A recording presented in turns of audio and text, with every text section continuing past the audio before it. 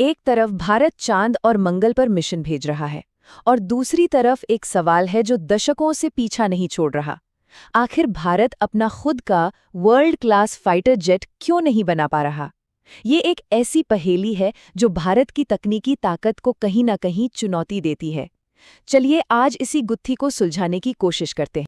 सोचिए तो जरा, दुनिया की बड़ी बड़ी स्पेस एजेंसीज के मुकाबले बेहद कम बजट में हमने मंगल ग्रह तक अपना मिशन पहुंचा दिया।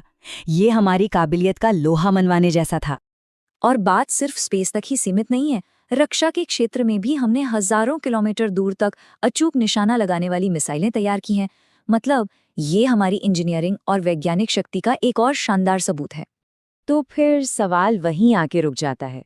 जब हम इतने मुश्किल काम कर सकते हैं तो एक बेहतरीन फाइटर जेट बनाने में इतनी देर क्यों लग रही है? इतनी मुश्किलें क्यों आ रही हैं? सच में ये काफी हैरान करने वाली बात है। इस सवाल का जवाब जानने के लिए पहले ये समझना बहुत जरूरी है कि हम जिस फाइटर जेट की बात कर रहे हैं वो असल में है क्या, क्योंकि ये सिर्फ एक हवाई जहाज नहीं है।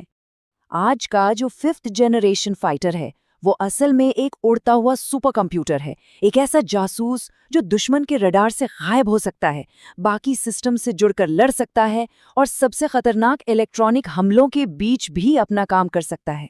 इसकी कुछ खासियतों पर गौर कीजिए। स्टेल्दी डिजाइन, मतलब ये रडार के लिए लगभग अदृश्य है। सुपर क्रूज यानी बिना अतिरिक्त फ्यूल जलाए आवाज से भी तेज रफ्तार पर घंटों तक उड़ना। और सबसे कमाल की चीज है एडवांस्ड सेंसर फ्यूजन। इसका मतलब है कि जेट अपने रडार, कैमरे और बाकी सभी सेंसर से मिली जानकारी को मिलाकर पायलट के लिए एक 360 डिग्री तस्वीर बना देता है। आप समझ लीजिए कि पायलट के पास कोई सुपर हीरो वाली नजर आ जाती है। और हाँ, ये साइबर हमलों से भी खुद को बचा सकता है। और इसी सपने को सच करने के लिए भारत का सबसे बड़ा प्रोजेक्ट है AMCA यानी एडवांस्ड मीडियम कॉम्बैट एयरक्राफ्ट।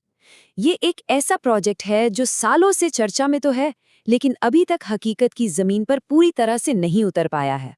तो आखिर ये देरी हो क्यों रही है? इस पूरी मुश्किल को समझने के लिए हमने इसे 4 बड़ी रुकावटों में बांटा है। ये 4 रुकावटें एक जटिल पहेली के 4 टुकड़ों की तरह हैं। पहला है इंजन की समस्या, दूसरा नौकरशाही का जाल, तीसरा सरकारी कंपनियों का एकाधिकार और चौथा नाकामयाबी का डर। चलिए एक एक करके इन टुकड़ों को जोड़ते हैं और पूरी तस्वीर देखते हैं। सबसे पहली और शायद सबसे बड़ी चुनौती है जेट का दिल, यानी उसका इंजन।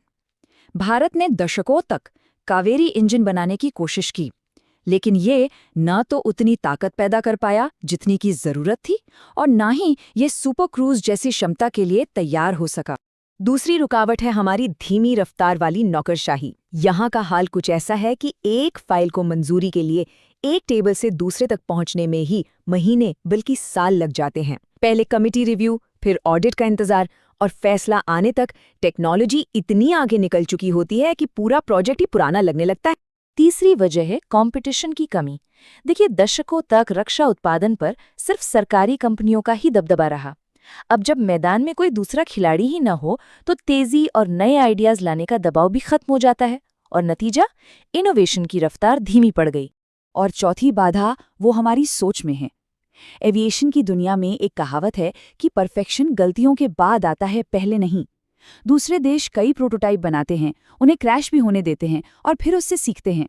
लेकिन हमारे यहाँ जीरो फेलियर की सोच इतनी हावी है कि हम खुलकर प्रयोग करने से ही डरते हैं।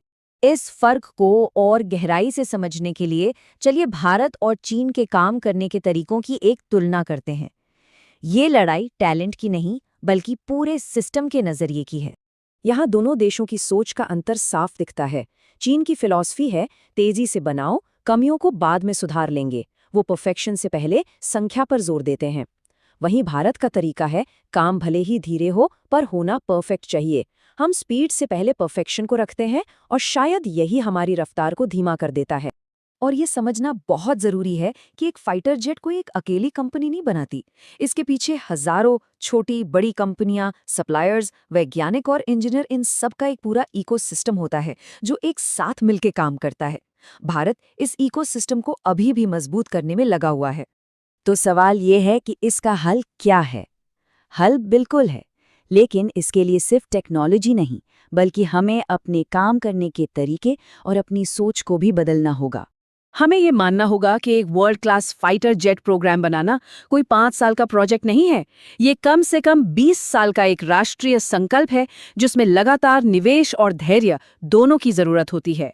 तो सुधार का रास्ता क्या है? प्राइवेट कंपनियों को ताकत देनी होगी, नौकरशाही की लाल फीताशाही को कम करना होगा, सीखने के लिए नियंत्रित असफलताओं को स्वीकारना होगा, इंजन टेक्नोलॉजी में बहुत बड़ा निवेश करना होगा और सबसे जरूरी, एक लंबी और स्थिर योजना पर टिके रहना होगा। आखिर में इस पूरी कहानी का निचोड़ इस एक लाइन में छिपा है। ऐसा नहीं है कि भारतीय इसे बना नहीं सकते, बल्कि इसलिए क्योंकि हमारा सिस्टम इसे बनाने की प्रक्रिया को बेहद मुश्किल और धीमा बना देता है। सवाल